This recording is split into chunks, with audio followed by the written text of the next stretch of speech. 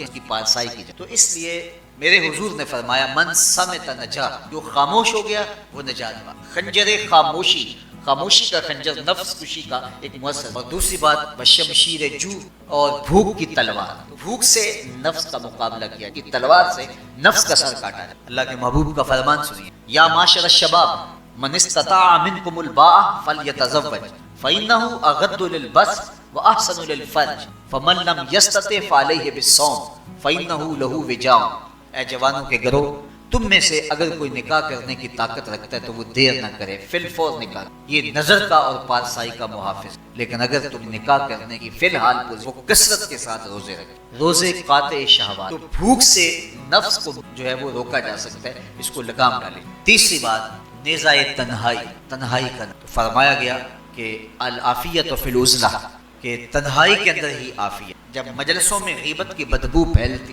اور چغلی کا ماحول معاشرے کا جزو لا ینفک بن جائے اور مجالس کے اندر نظروں کی پاکیزگی کا قائم رہنا مشکل ہو جائے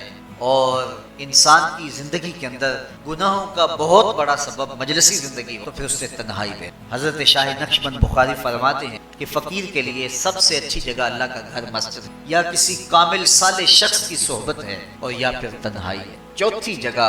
ہلاکت کے علاوہ اور کچھ نہیں۔ ہمیں اپنے کاروبار میں، اپنے معاملات میں، اپنی ملازمتوں جانے کی تلقین کی گئی تو وہاں یہ تلقین کہ دیر سے جاؤ جلدی واپس آ جاؤ، اور مسجد میں جاتے ہوئے تلقین کی گئی کہ جلدی جاؤ اور دیر سے واپس۔ لیکن ہم مسجد کے دروازوں پہ جب دور موجود میں رش دیکھیں کہ لوگ بہت جلدی نکلنا چاہتے ہیں، حتیٰ کہ کندھوں سے کندھے ٹکرا رہے ہوتے ہیں کہ جلدی سے باہر نکل، حالانکہ وہ عافیت کی جگہ ہے، 2 منٹ زیادہ بھی ہو تو کوئی حرج نہیں۔ اور ایسے لوگوں کو بھی نکلنے میں جلدی کرتے ہوئے دیکھا ہے کہ لگتا تو یہ تھا کہ شاید یہ انہوں نے کسی ضروری کام پہ جانا ہے، لیکن باہر نکل کے بازار میں پھٹے پہ بیٹھے تھے۔ اور مسجد سے، تو مسجد میں جلدی جاؤ اور دیر سے واپس آؤ، اور بازار میں دیر سے جاؤ اور، لیکن ہمارے رویے اس کے برعکس ہو۔ تو تنہائی میں عافیت ہے، خاموشی میں عافیت ہے، اور بھوک میں، اور یہ ساری چیزیں روزے میں میسر ہیں۔ فرمایا تم سے اگر کوئی شخص الجھے، بحث کرے، لڑائی کرنا تو تم اسے کہو انی صائم، میں نے روزہ رکھا۔ اسی طرح جو ہے وہ روزے سے آپ کو یکسوئی ملے گی قرآن مجید کی تلاوت کا، اور تم بھوک کاٹو، اور یہ تینوں چیزیں تمہارے نفس کو،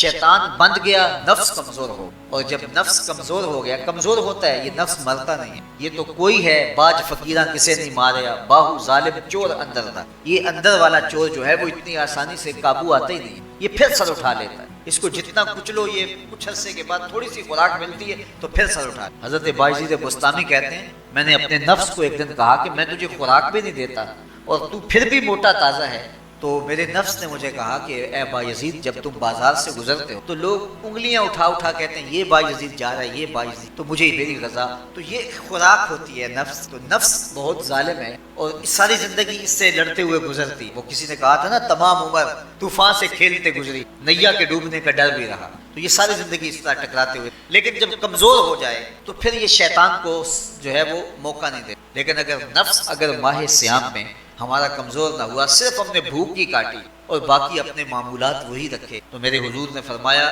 جس نے جھوٹ اور برے کام نہیں چھوڑے اور جھوٹے کام ترک نہیں، اس کے بھوکا اور پیاسا رہنے کی اللہ کو کوئی۔ روزہ تو ایک مشق تھی، یہ تو باطن کی تطہیر کا ایک ذریعہ تھا، یہ تو من کی تہذیب کا ایک ذریعہ، یہ تو نفس کی شر سے اپنے آپ کو بچانے اور شیطان کے مکر و فریب سے بچانے کا ایک ذریعہ۔ دیکھیے شیطان بن جاتا ہے ماہ صیام میں، حدیث واضح ہے، لیکن نفس موجود رہتا ہے۔ اگر نفس کمزور ہو گیا تو شیطان چھٹ کے بھی کچھ، کیونکہ شیطان باہر کا دشمن ہے، نفس اندر کا دشمن، جب تک اندر والا دشمن ساتھ نہیں دیتا باہر والا دشمن کچھ نہیں کرتا۔ ہمارے دیہاتوں میں چوری ہو جائے تو بوڑھے بزرگ سر جوڑ کے بیٹھ جاتے ہیں کہ چور کہاں سے آیا، کیسے آیا، تو ایک نقطے پہ سارے متفق ہو کہ اندر کا کوئی بھیدی ضرور، اگر اندر کا کوئی بھیدی موجود نہیں ہے تو چور باہر سے آ کے حملہ آور ہو ہی نہیں سکتا ہے۔ تو شیطان باہر کا چور ہے، نفس اندر کا بھیدی ہے، اور اگر یہ اندر والا